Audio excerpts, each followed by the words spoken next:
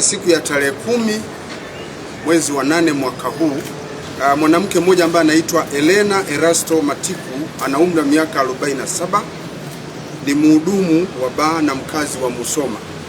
Alifariki dunia wakati akipatiwa matibabu katika hospitali ya rufaa ya mkoa wa Mwanza iitwayo Sekoture, baada ya kuwa ameshambuliwa kwa ngumi na mateke katika sehemu mbalimbali za mwili wake na mpenzi wake ambaye anaitwa Fabian Shukrani Makamba.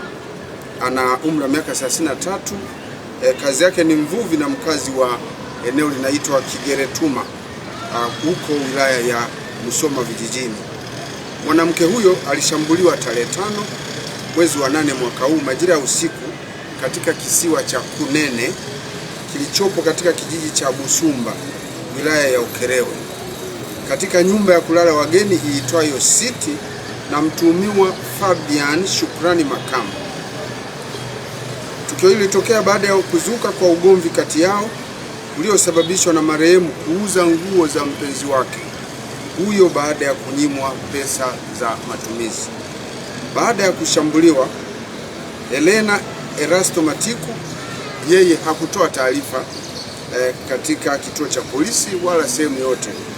Aliamua kukaa kimya huku akiendelea kupata matibabu katika kituo cha afya, na hatimaye afya yake ikawa inabadilika kila siku, na ilipofika siku ya tarehe 10 mwezi wa 10 mwaka huu, alikwenda baada maumivu kuzidi, aliamua kwenda katika hospitali ya Sekoture kwa ajili ya kupata matibabu zaidi.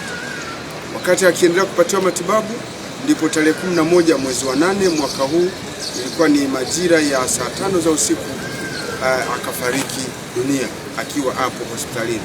Katika ufuatiliaji wa tukio hilo, mtuhumiwa Fabian Shukrani Makamba naye tulikuja kupokea taarifa kwamba alikuwa amefariki. Ilikuwa ni siku ya tarehe 11 mwezi wa 8 mwaka huu majira ya saa 2:30 za asubuhi, ambapo alikutwa amejinyonga hadi kufa kwa kutumia kamba, na alifanya hivyo kwa kukwepa mkono wa sheria baada ya kugundua kuwa mpenzi wake amefariki dunia kutokana na kipigo alichompa siku hiyo ya tukio. Chanzo cha tukio hili ni ugomvi wa kifamilia.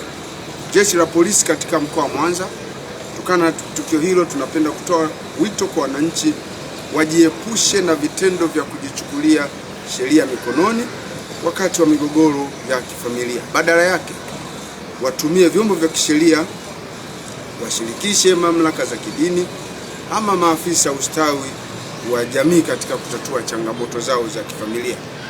Jeshi la polisi linawasihi wananchi kutoa taarifa mapema katika vituo vya polisi endapo watapata taarifa za mtu ambaye amepitia katika tukio la kushambuliwa na mwenza wake, ili jeshi la polisi na vyombo vingine viweze kuchukua hatua. Kwa kufanya hivyo, tutakuwa tumesaidia kuyatolea taarifa na kuyadhibiti matukio haya ya ukatili wa kijinsia.